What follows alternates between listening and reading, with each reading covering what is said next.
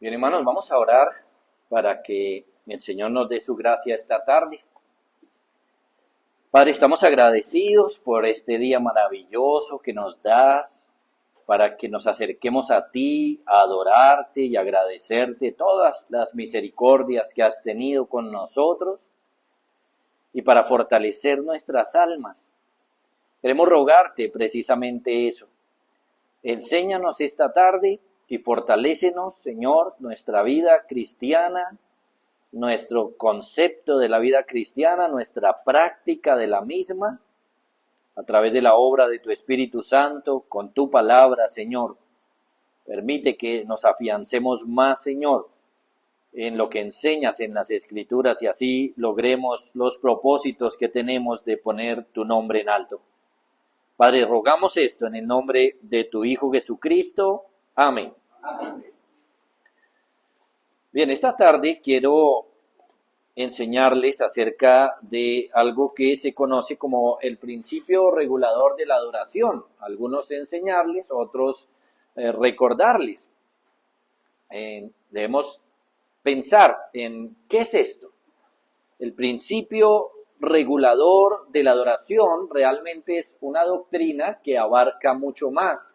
Se conoce más bien como el principio regulador de la iglesia y está basado en 1 Timoteo capítulo 3, cuando el apóstol Pablo le dice a Timoteo: esto te escribo, aunque tengo la esperanza de ir pronto a verte, para que si tardo sepas cómo debes conducirte en la casa de Dios. Ahora bien, debemos pensar, ¿cierto? ¿Qué es esto del principio regulador? ¿Qué es esto? ¿Qué es esta enseñanza? Pero a manera de introducción, quiero decirles que podemos pensar en por qué nosotros adoramos como adoramos y en otras iglesias lo hacen de otra manera. ¿Es un asunto caprichoso? ¿Es simplemente que a unos les gustan los signos y a otros no? ¿Es un asunto de gustos o es un asunto bíblico? Asuntos como la reverencia, como el orden y otras cosas quedan en las manos de los hermanos para que lo hagan o no conforme a sus gustos, o la Escritura nos enseña cómo debemos adorar al Señor. Bueno, nuestro argumento es que el Señor nos enseña cómo es que nosotros debemos acercarnos a Él y adorarlo. Y básicamente a esto es a lo que se le ha llamado el principio regulador de la adoración. Creemos que la verdadera adoración, la adoración bíblica, la adoración espiritual correcta, está enseñada en las Escrituras, está regulada en las Escrituras. Y hoy entonces vamos a empezar a verlo. Pero obviamente no puedo abarcar mucho, entonces hoy vamos a ver el principio regulador en el Antiguo Testamento. Vamos a ir paso a paso conforme a lo que el Señor nos permita, y este es el primer paso. Entonces, en primer lugar, vamos a pensar en la definición. ¿Qué es el principio regulador? El principio regulador es que tenemos en la Biblia una forma de tener en un marco la adoración del Señor. Tenemos un principio que regula, que restringe o que limita la adoración solamente a la manera como el Señor quiere que nosotros le adoremos. Este es un tema muy importante. Hay muchas cosas en la Biblia con relación a la adoración, de las cuales Dios nos ha dado enseñanzas y lo ha hecho con mucho detalle. Por ejemplo, en el Antiguo Testamento, cómo debían actuar los levitas, cómo debían vestirse y todas sus actividades. Pero hay otras cosas que tienen que ver con la adoración, donde Él no nos ha dicho cada cosa que tenemos que hacer, pero nos ha dado principios. Nos ha dado, por ejemplo, este principio, que la adoración está regulada. Entonces debemos aprenderlo. Ahora, ¿esto por qué? Porque el Señor nos enseña por mandamientos, por ejemplos y por principios. Los mandamientos son claros, ¿no? Por ejemplo, hoy seguimos teniendo los 10 mandamientos. Órdenes específicas del Señor acerca de lo que no debemos hacer y acerca de lo que sí debemos hacer. Tenemos ejemplos. En el Antiguo Testamento para nosotros, mucho de lo que hay en el Antiguo Testamento para nosotros ahora son ejemplos de cómo debemos vivir o cómo no debemos vivir. Por ejemplo, el apóstol Pablo en 1 Corintios dice que estas cosas del Antiguo Testamento se escribieron para nosotros como ejemplos. Y hablando de un caso específico, dice, para que no murmuréis como ellos murmuraron, por ejemplo. Entonces podemos ir al Antiguo, mirar las murmuraciones del pueblo de Israel y aprender que eso es lo que no debemos hacer. Acabamos de leer una, ¿cierto? En la lectura consecutiva. El pueblo murmuró contra Moisés porque no había agua. Se quejó de que no había agua. Y en esta oportunidad el Señor trató el asunto suavemente, pero en otras oportunidades murieron por el destructor, dice el apóstol Pablo en el Nuevo Testamento. Así que nos habla por ejemplos. Y es importante entender esto. A veces las personas no saben usar la Biblia y van y leen algo en el Antiguo Testamento y piensan que lo está avalando solamente porque lo dice. No, el hecho de que lo diga no significa que lo esté avalando. Puede ser un antiejemplo. Por ejemplo, que Noé se emborrachó, entonces nosotros podemos emborracharnos. Es un antiejemplo para que veamos lo que no se debe hacer. Que hombres importantes como David y Salomón tuvieron muchas mujeres, entonces nosotros podemos tener muchas mujeres. No, eso es un antiejemplo. Es más, verlos a ellos es ver cómo está mal por los resultados. Y cuando Salomón ya era viejo, sus mujeres desviaron su corazón. Ahí lo notamos. Entonces el Señor nos enseña por mandatos, por ejemplos y por principios. Hay otras cosas que no están tan claramente establecidas, pero hay principios o hay un principio. Y un principio es, o se formula como una especie de norma a través de la cual hay que estudiar más las escrituras para llegar a una conclusión, pero lo logramos. Por ejemplo, cuando Pablo le dice a Timoteo, esto te escribo, aunque tengo la esperanza de ir pronto a verte, para que si tardo sepas cómo debes conducirte en la casa de Dios.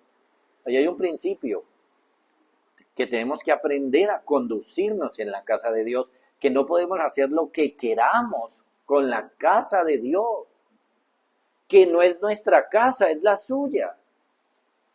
Y luego, a partir de ese principio, pues empezamos a estudiar cómo sí o cómo no debemos comportarnos.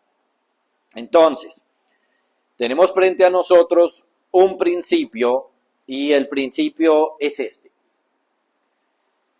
que Dios debe ser adorado únicamente como Él mismo lo mande o lo muestre en las Sagradas Escrituras.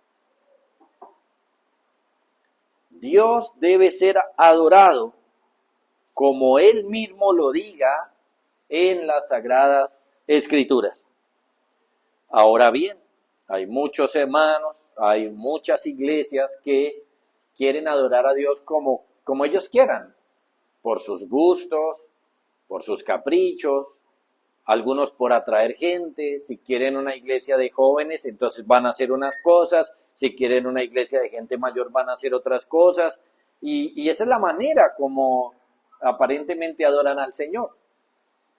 Pensamos que eso es equivocado, que nosotros debemos adorar al Señor de la manera que Él lo muestra en las Escrituras. Creemos que Él regula la adoración, la restringe, nos permite en algunos casos hacer algo y en otros casos no nos permite. Entonces, el principio regulador es precisamente que el Señor mismo, a través de ciertas enseñanzas, ciertos pasajes, nos enseña que no podemos hacer lo que queramos con su adoración. En segundo lugar, ¿cómo es este principio? ¿Cómo es? Es que la verdadera adoración es únicamente lo que está mandado en las Escrituras. Únicamente. Cualquier cosa que no esté mandado en las Escrituras y nosotros lo realicemos, entonces es una falsa adoración. Una manera equivocada, errónea de acercarse al Señor. Así que lo que la Biblia nos prohíbe, no debemos hacerlo. Pero cuando la Biblia no dice nada, tampoco debemos hacerlo. Ese es el punto clave. Realmente ese es el punto clave del principio regulador. Hermanos nuestros, desde el tiempo de la Reforma, pensaban, si está prohibido, no lo hacemos. Pero si el Señor no dice nada, lo podemos hacer. Como que tenemos libertad de hacerlo. Eso creía un sector. Otro sector decía no. Solamente debemos adorar a Dios con lo que Él nos mande, con lo que Él nos pida. De tal manera que si algo no está ahí claro, no podemos usarlo, no debemos usarlo. Así, algunas iglesias han dicho el verdadero culto es lo que Dios manda, más lo que no prohíbe. ¿Sí?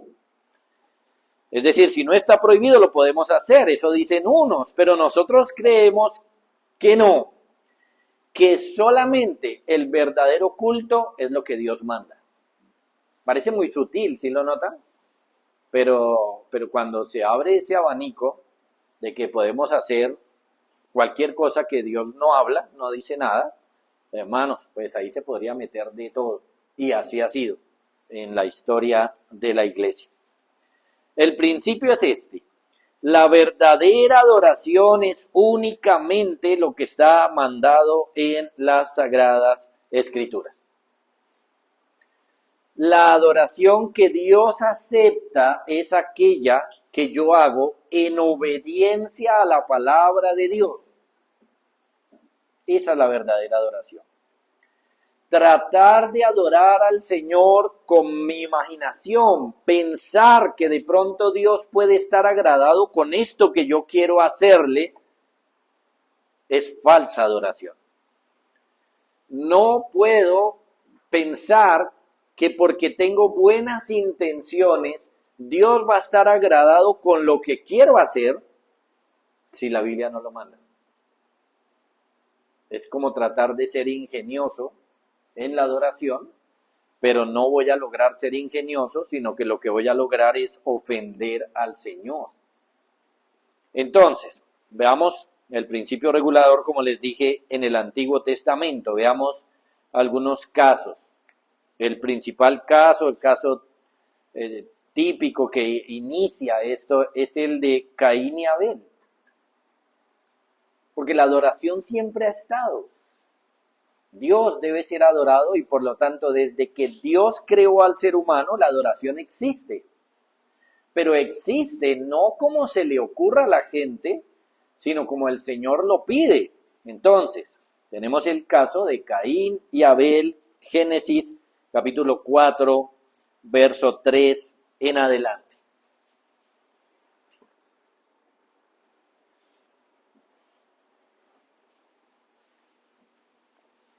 Dice así: y aconteció andando el tiempo que Caín trajo del fruto de la tierra una ofrenda a Jehová. Y Abel trajo también de los primogénitos de sus ovejas, de lo más gordo de ellas. Y miró Jehová con agrado a Abel y a su ofrenda, pero no miró con agrado a Caín y a la ofrenda suya. Y se ensañó Caín en gran manera y decayó su semblante. Entonces Jehová dijo a Caín: ¿por qué te has ensañado y por qué ha decaído tu semblante?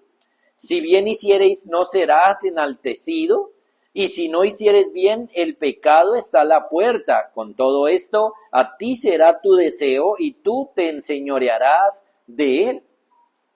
Noten algo aquí importante. No tenemos registro, no tenemos registro de que Dios le haya enseñado ampliamente la adoración a Adán y Eva. No tenemos un registro de cómo ellos tenían que acercarse al Señor. Sabemos que el Señor, cuando ellos pecaron, Él mismo sacrificó unos animales a los cuales cubrió, con la piel de ellos cubrió a Adán y Eva, lo que ya son unas señas de la doctrina de la expiación, pero es oscura aún. Y no tenemos un registro de que el Señor les haya enseñado cómo acercarse, por el contrario, los expulsó del huerto para que no se acercaran a Él. Sin embargo, lo dicho, el hecho de que Dios existe, de que Dios es real, la adoración existe, porque Dios debe ser adorado, siempre debe ser adorado. Porque, miren, cuando pensamos en Dios, la relación que nosotros debemos tener con Dios tiene esto que no tiene ninguna otra relación: adoración. Entonces, bueno, nos encontramos ahora con el hecho de que ahí están sus hijos están adorando como algo normal, ¿cierto? Como algo que se hacía, como algo cotidiano, si me lo permiten decir así. Dice, Caín trajo del fruto de la tierra una ofrenda, y lo mismo Abel, ¿cierto? Tenemos allí la idea de que ellos adoran al Señor. Y bueno, hay varios asuntos que hay que analizar. Si adoran al Señor, y estamos hablando de que hay un principio que regula la adoración, ellos tenían que saber que estaban regulados. Y básicamente es lo que estamos viendo acá, es lo que tenemos frente a nosotros. Si miramos hacia adelante en la Biblia, nos damos cuenta que Abel adoró como tenía que adorar, mientras que Caín no lo hizo como tenía que hacerse. El reclamo del Señor a Caín en el verso 6 nos lo deja claro. Aunque no tenemos registro nosotros, el Señor les había dicho algo. Alguna enseñanza mínima ellos debían tener de estos asuntos, porque el Señor le pregunta, por ejemplo en el verso 7, si bien hicieres, ¿no serás enaltecido? Esto es que aunque nosotros no tenemos el registro, Caín sí sabía qué era lo bueno y qué no, cómo acercarse a Dios y cómo no. Si bien hicieres, lo que significa que él sabía cómo adorar al Señor bien y cómo no, pero sabemos que optó por adorar mal. Así que Caín trajo a Dios, por ejemplo, lo que Dios no le había mandado y como no se lo había mandado.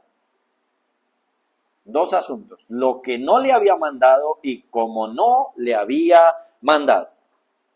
Por tanto, de acuerdo al principio regulador, el principio de que Dios es el que regula su adoración, el principio de que Dios es el que tiene derecho a decirle a la gente cómo acercarse, entonces Caín se acercó mal al Señor. Y por eso su ofrenda fue rechazada. El principio es que la verdadera adoración es únicamente lo que el Señor enseña, lo que el Señor revela, lo que el Señor dice, no lo que las personas quieran hacer. El Nuevo Testamento nos aclara esto.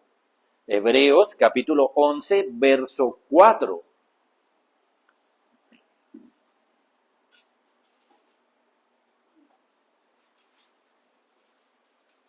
Hebreos 11:4 dice, escuchen, por la fe Abel ofreció a Dios más excelente sacrificio que Caín. Lo que tenemos aquí es que Dios determina la forma como debemos acercarnos a Dios. ¿Y cómo es, según ese pasaje? ¿Cómo debemos acercarnos a Dios, según ese pasaje? Con fe. Recuerden, en otro lugar se dice, sin fe es imposible agradar a Dios. Entonces note, nosotros podríamos tener la iglesia llena, pero si está llena de incrédulos, no están agradando a Dios. Ahí tenemos cómo el Señor regula su adoración.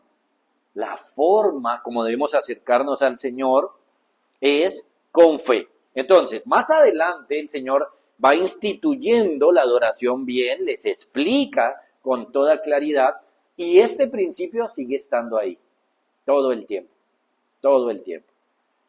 Caín y Abel, uno adoró bien, otro adoró mal, y el que adoró mal precisamente adoró mal porque quiso acercarse a Dios como se le ocurrió. Pasamos al caso de Nadab y Abiú, un caso importante y lamentable, triste, preocupante del Antiguo Testamento. Levítico capítulo 10, verso 1 y verso 2.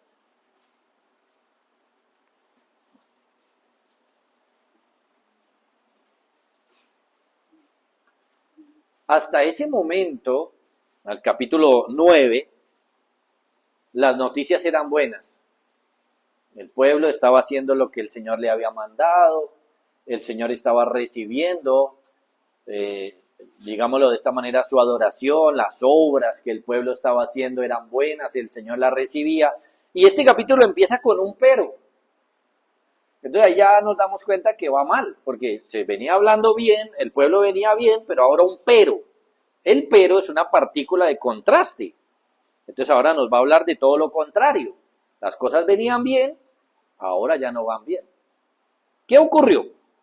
Dice, pero Nadab y Abiú, hijos de Aarón, tomaron cada uno su incensario y poniendo en ellos fuego e incienso, ofrecieron ante el Señor un fuego extraño que no tenían por qué ofrecer, pues Él no lo había mandado.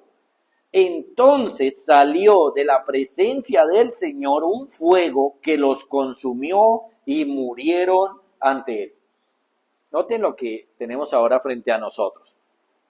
Al respecto hay que considerar varios aspectos. Miren, debemos comprender que llegamos a un punto de la narración del Antiguo Testamento donde primeramente Moisés y Aarón escucharon atentamente a Dios, se sujetaron, le obedecieron, cumplieron las instrucciones, hicieron que el pueblo cumpliera las instrucciones. El tabernáculo ha sido terminado. Los sacrificios preparados y los dos hombres, Moisés y Aarón, habían bendecido al pueblo. Dios mostró la satisfacción porque Él emprendió el fuego del sacrificio.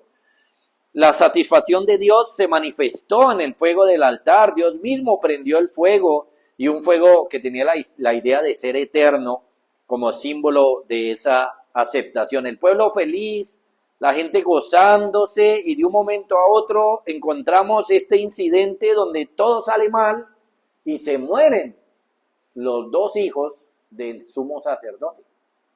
Imagínense, el sumo sacerdote por su lado haciendo todo bien y se mueren sus dos hijos. ¿Cuál era el problema aquí? Miren, el pasaje no dice que ellos tuvieron malas intenciones. Por el contrario, ellos también ahora por descendencia son sacerdotes. Dice que tomaron sus incensarios. Ellos tenían sus propias vestiduras sacerdotales, sus incensarios, sus herramientas. No eran sumos sacerdotes, era su papá, pero eran sacerdotes. Así que, bien, No dice el pasaje que tenían malas intenciones, no, en ningún momento. No dice que ellos estuvieran haciendo esto con una disposición incorrecta, sino que el pasaje nos dice que el problema es que agregaron a lo que el Señor había dispuesto. Agregaron para sus ceremonias. ¿Qué agregaron? Un fuego. Agregaron un fuego que el pasaje le llama precisamente fuego extraño. ¿Cuál es el punto? Que Nadab y Abiú no habían recibido la orden todavía de cuál fuego debían usar. Eso pasa en Levítico 16. Miren eso. Levítico 16 es donde ocurre esto.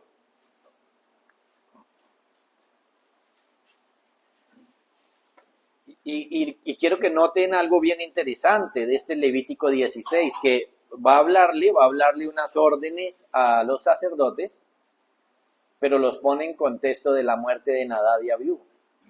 Por ejemplo, en el verso 1 dice: habló Jehová a Moisés después de la muerte de los dos hijos de Aarón, cuando se acercaron delante de Jehová y murieron. O sea, los pone en contexto. Este capítulo 16 tiene que ver con lo que pasó en el 10. En otras palabras, que lo que pasó en el 10 tiene que saltar aquí. Tenemos que mirar el 16 ahora. Entonces vamos al 12. Y en el 12 dice: después tomará un incienso lleno de brasas de fuego del altar de delante de Jehová y sus puños llenos del perfume aromático molido, y lo llevará detrás del velo. ¿Qué es esto? Que en el capítulo 10 Dios no les había dado orden de qué fuego usar, de qué perfume usar. Esas órdenes se dieron hasta el 16. ¿Cuál fue entonces el problema de Nadab y Abiú? Hacer lo que no se le había mandado. Miren, Dios no lo había prohibido. Es más, tenían que hacerlo, pero no como a ellos se les ocurriera, sino como Dios lo mandara. Note que aquí tenemos claramente el principio regulador. El principio normativo que utilizan en otras iglesias, dicen que uno puede adorar a Dios si no está prohibido. Aquí no estaba prohibido. Y Dios los mató. Así que ese principio no es correcto. El principio regulador dice que únicamente podemos adorar al Señor como Él diga. Y aquí lo estamos teniendo. Ellos se murieron porque prendieron un fuego que Él le llama extraño. Prendieron un fuego por ellos mismos. Y ya en el capítulo 16, Él dice de dónde era que tenían que tomar el fuego. ¿De dónde? De las brasas de fuego del altar de delante de Jehová. Así que el Señor no les había prohibido, tampoco les había dado instrucciones. Ellos asumieron ese rol únicamente porque pensaron que lo podían hacer, pero eso era un rol que solamente podía hacer el sumo sacerdote. Entonces, miren, varias instrucciones ellos no esperaron. ¿De dónde salía el fuego? ¿Qué perfume iban a usar? ¿Y quién podía hacer esta actividad? El incensario solamente podía ser usado por el sumo sacerdote para hacer expiación. Es una obra que hace nuestro Señor Jesucristo hoy, porque el incienso son las oraciones. La intercesión de nuestro Señor Jesucristo en el cielo era lo que estaba figurado cuando el sumo sacerdote tomaba ese incienso y lo quemaba como debía ser, cuando debía ser, quien debía ser. Y estos muchachos, sí, sacerdotes, pero no sumos sacerdotes, se metieron a hacer lo que no debían hacer. Y por eso terminó las cosas así de mal. El fuego, miren, el fuego es un elemento muy importante en el Antiguo Testamento. El fuego es muy simbólico también. El fuego fue usado para los actos de servicio de adoración, representando normalmente al Espíritu Santo o representando la presencia de Dios. Por ejemplo, recuerden cuando había una columna de fuego, representaba a Dios el fuego. En todos los ritos del Antiguo Testamento el fuego estaba ahí, y el fuego no era de origen natural. Ojo con eso, el fuego no era de origen natural, era sobrenatural. Dios fue el que encendió el fuego que debían usar. Eso es supremamente importante. Cuando el tabernáculo fue instalado y todos los muebles, los utensilios fueron consagrados y Aarón y sus hijos fueron consagrados, cuando se alistó todo, se alistó el altar, se alistaron los animales, antes de que ellos murieran, ellos no debían prender el fuego. Dios iba a prender el fuego. Por eso cuando ellos prendieron el fuego, ellos tomaron el incensario, metieron el incienso, el perfume, y luego prendieron un fuego, se le llamó fuego extraño, porque el fuego tenía que prenderlo Dios. El fuego lo prendía Dios. Dios prendió el fuego. Y ese era el que tenían que usar solamente. De ahí en adelante, la tarea de los sacerdotes era mantener que el fuego no se apagara. Esa era su tarea. Pero el que lo encendía era Dios. Así que ellos murieron. ¿Y por qué murieron? Porque se acercaron al Señor de una manera incorrecta. ¿Qué nos está enseñando ese relato? Principio regulador. Que Dios debe ser adorado solamente como Él diga, no más.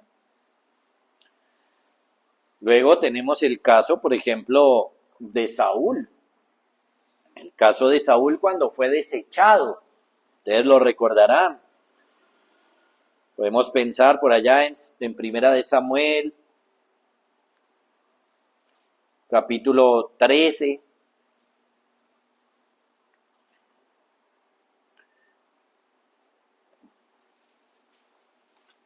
Tenemos aquí a alguien que también le quiso meter mano a la adoración. Y le quiso meter mano de manera incorrecta. En el capítulo 13, ustedes notan ahí el título Guerra contra los Filisteos. El punto crítico en esta guerra es que Saúl estaba esperando a Samuel, pero Samuel no llegaba y la guerra ya estaba que se iniciaba. Sin embargo, todo es providencial, ¿no? Si el Señor se demora, pues no se está demorando realmente. Él está llegando cuando tiene que llegar. Pero nosotros podemos pensar que se está demorando y que están ocurriendo cosas que no debe ser. Leemos, por ejemplo, en el verso 7.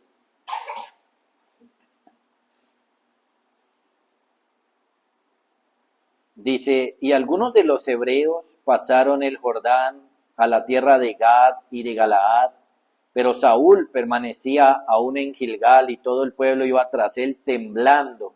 Y él esperó 7 días, conforme al plazo que Samuel había dicho, pero Samuel no venía a Gilgal y el pueblo se desertaba. Entonces dijo Saúl, traedme holocausto y ofrendas de paz, y ofreció el holocausto. Y cuando él acababa de ofrecer el holocausto, he aquí que Samuel venía. Y Saúl salió a recibirle. Entonces Samuel dijo, ¿qué has hecho? Y Saúl respondió, porque vi que el pueblo se me desertaba, y que tú no venías dentro del plazo señalado, y que los filisteos estaban reunidos en Mitmas. Me dije, ahora descenderán los filisteos contra mí a Gilgal, y yo no he implorado el favor de Jehová. Me esforcé pues, y ofrecí holocausto. Entonces Samuel dijo, locamente has hecho. No guardaste el mandamiento de Jehová tu Dios que él te había ordenado, pues ahora Jehová hubiera confirmado tu reino sobre Israel para siempre, mas ahora tu reino no será duradero. Jehová se ha buscado un varón conforme a su corazón, al cual Jehová ha designado para que sea príncipe sobre su pueblo, por cuanto tú no has guardado lo que Jehová te ha mandado, etcétera. No solamente perdió el reino, sino que pierde mucho más realmente Saúl.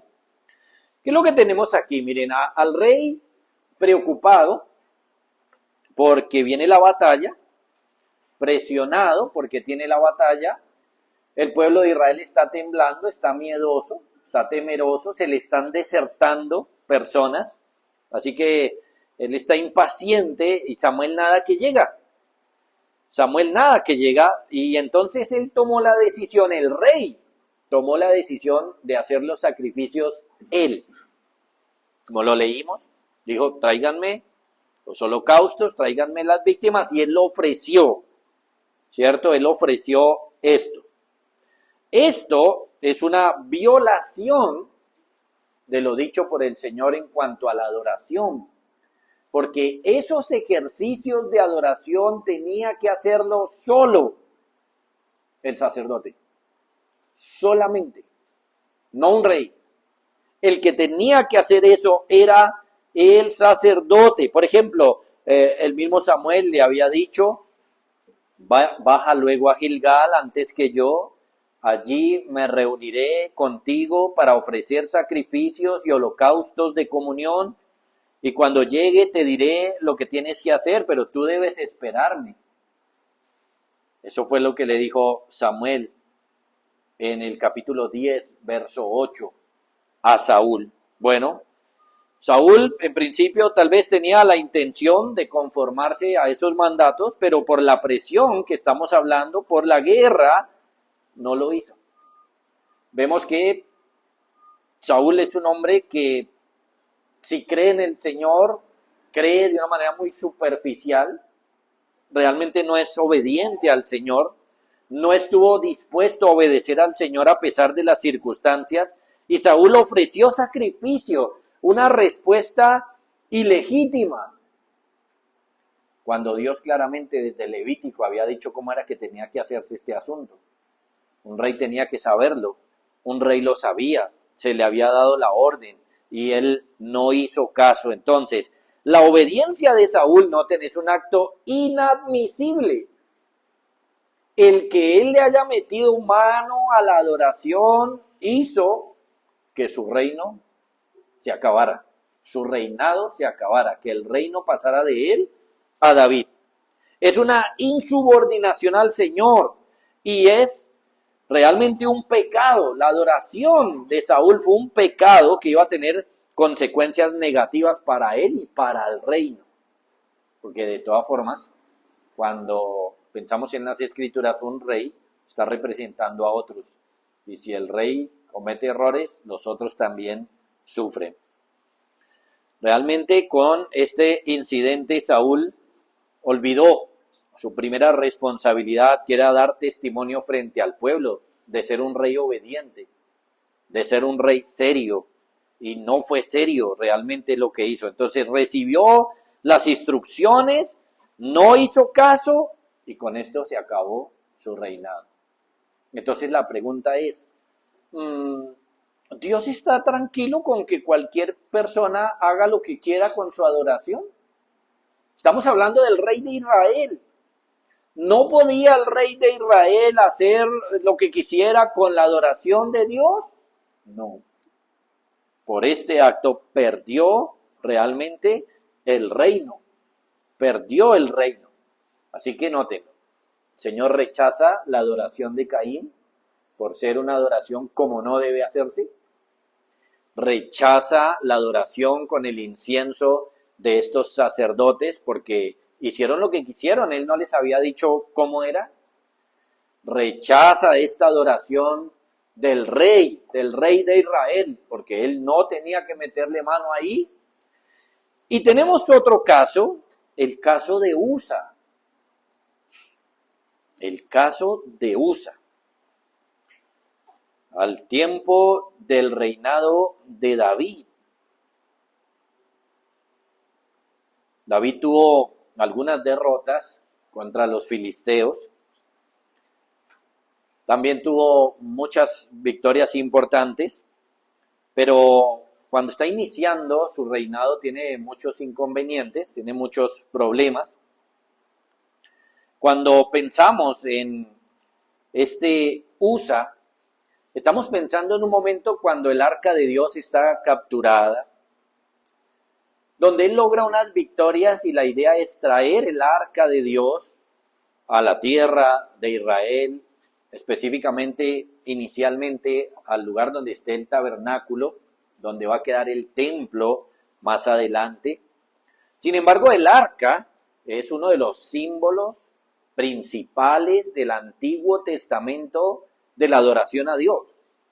Recuerden que el arca estaba en el lugar santísimo, como un símbolo de la presencia de Dios, la presencia especial del Señor. Tenían que traer el arca, la tarea era traer el arca de tierra pagana a la tierra de Israel, y para eso habían realmente reglas.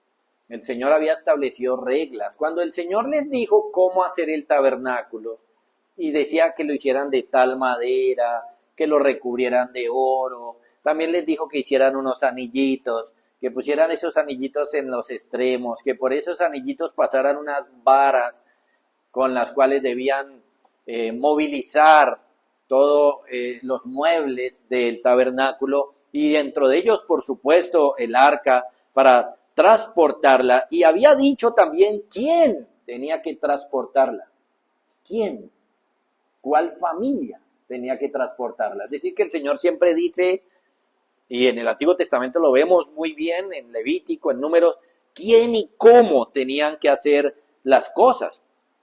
Ahora, cuando pensamos en Usa y cómo David transportó el arca, nos damos cuenta que él no lo hizo. Como Números, capítulo 4, versos 19 al 20, dicen que tenía que hacerlo. Pero vamos a leer, segundo de Samuel 6, versos 6 al 7. Versos 6 y 7.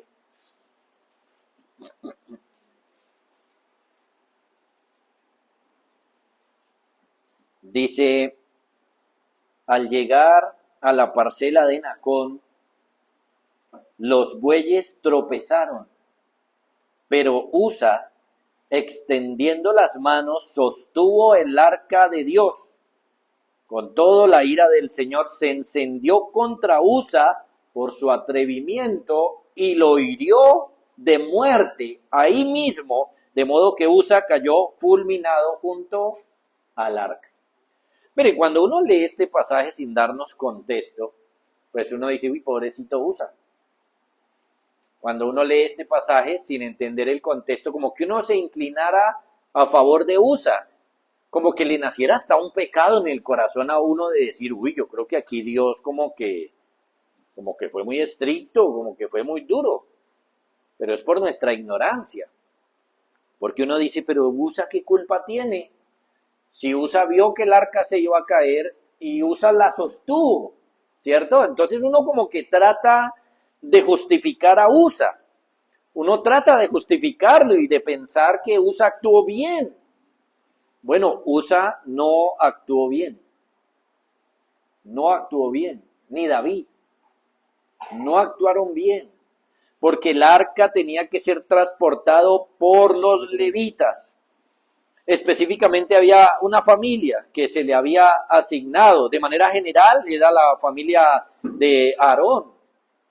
Los levitas tenían que transportarlo, en sus hombros, poner cada uno parte de la vara en sus hombros y llevarla. ¿Y qué errores se cometieron acá? El primero fue ponerla sobre bueyes. Eso no se hacía, ya el Señor había dicho cómo hacerlo.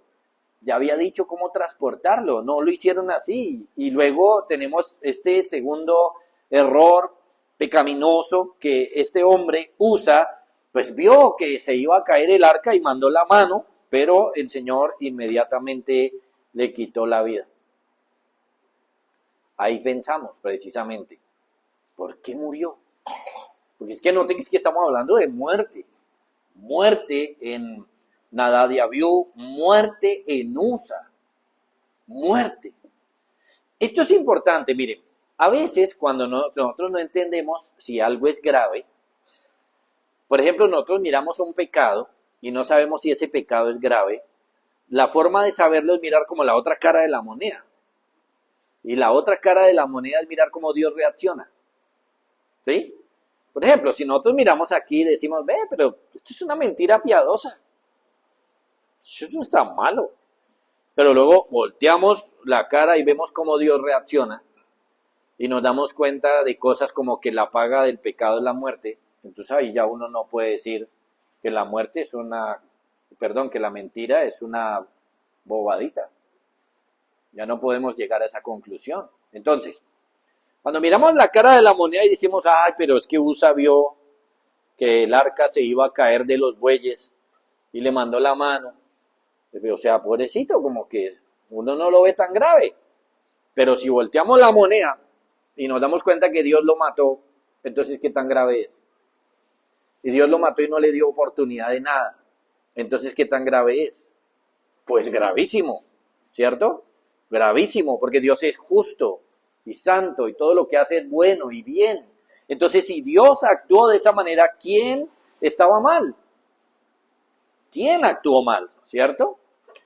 Ahora bien, vamos por ejemplo a Primera de Crónicas, capítulo 15, verso 13.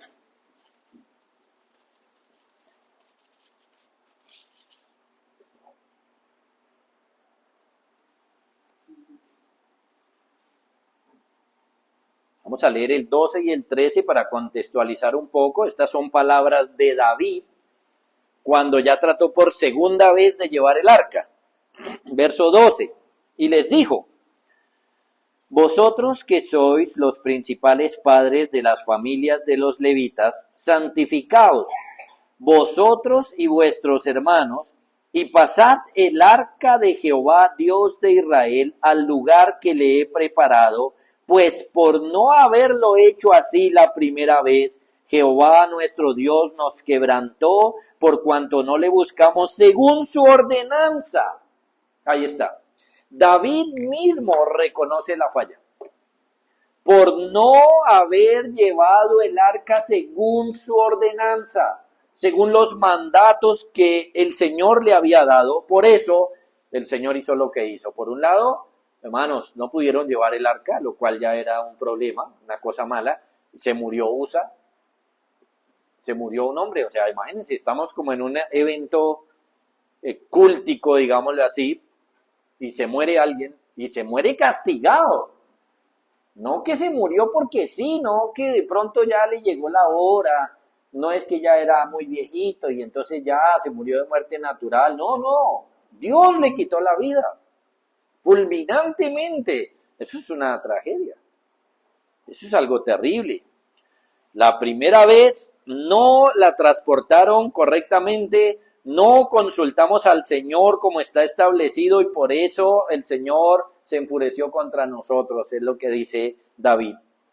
David tenía las intenciones correctas, las motivaciones correctas, su deseo era honrar a Dios, sabemos que David es un hombre de Dios, sabemos que David quería agradar al Señor, que tenía un corazón conforme al de Dios, pero se le olvidó lo más importante, hacerle caso a Dios. A David se le olvidó que a Dios hay que adorarlo única y exclusivamente como Él dice que hay que adorarlo. Imagínense. Y es algo que las iglesias están olvidando hoy. Que a Dios hay que adorarlo como Él dice. No según mis gustos. No según mis caprichos. No según mis ideas. Es como Él lo dice.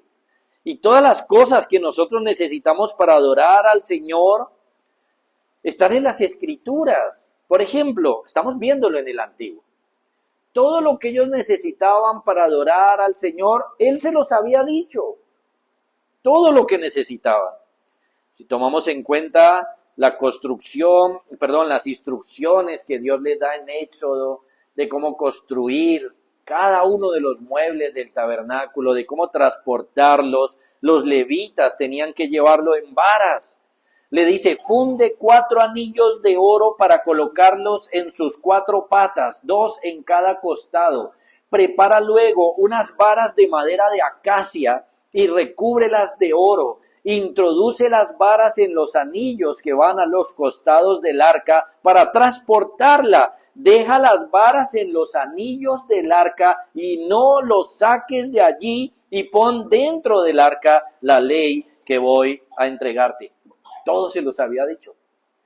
Todo se los había dicho. También les dijo cómo transportarlo.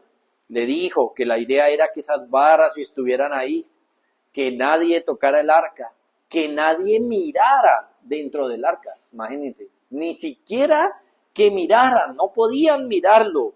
Solamente un grupo selecto de levitas tenían el permiso de transportar eso, y todo eso lo dejó David de lado. Spurgeon, hablando sobre esto, dice: estas personas no mostraron ningún temor reverente a Dios por medio de una consulta. Haberle consultado las normas que él mismo había establecido para guiarlos, pues pensaban que todo ello que a ellos les agradaba debía también agradarle a Dios. Dedujeron que cualquier culto que ellos eligieran darle al Señor era suficiente para el Señor, y por eso terminó en fracaso. Y mire que eso es lo mismo que hace la gente hoy. La gente piensa, yo creo que Dios estará agradado con lo que yo quiero darle a Dios. Y este es un error típico. Mire que nosotros fallamos en esto hasta en nuestras relaciones también, que no son iguales para nada que nuestra relación con Dios. En nuestras relaciones, por ejemplo, nosotros a veces podemos regalarle algo a alguien que no le gusta. Y eso nos pasa por no preguntar, por no consultar. Pero uno diría, bueno, vaya y venga, porque pues es entre nosotros. Pero con Dios no. Con Dios hay que ser reverentes. Y hay que consultarle y preguntarle. ¿Y cómo se le consulta? La Escritura, con la palabra de Dios. David finalmente, como lo leímos ahí en Crónicas 15, organizó el transporte según lo decía la ley de Moisés.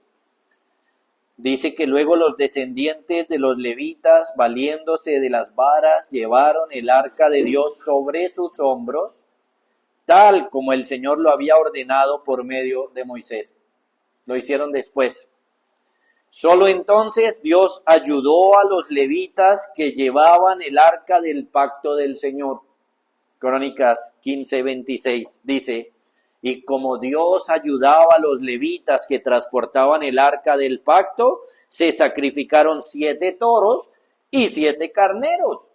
Así que nuevamente vemos que, 1, Dios dice cómo debemos acercarnos. 2, no le gusta para nada que nos acerquemos como a nosotros se nos ocurra. La pregunta que queda ahí entonces es: ¿cuántas veces nos hemos reunido y no hemos logrado el objetivo de adorar a Dios? ¿Cuántas veces? Porque, por ejemplo, estábamos viendo el principio en el Antiguo, y si uno preguntara, ¿cómo debemos adorar a Dios ahora? Y usted dice, yo no sé, entonces usted no está adorando a Dios bien, porque ni siquiera sabe cómo acercarse a Él. ¿Sí o no? Pablo a los hermanos de Corinto les dice: ustedes no se reúnen para lo mejor, sino para lo peor. Nosotros nos reunimos para darle la gloria a Dios. Decimos, vamos a ir a la iglesia, vamos a agradecerle a Dios, vamos a rendirle culto al Señor, vamos a hacer nuestra mejor obra, que es adorarlo.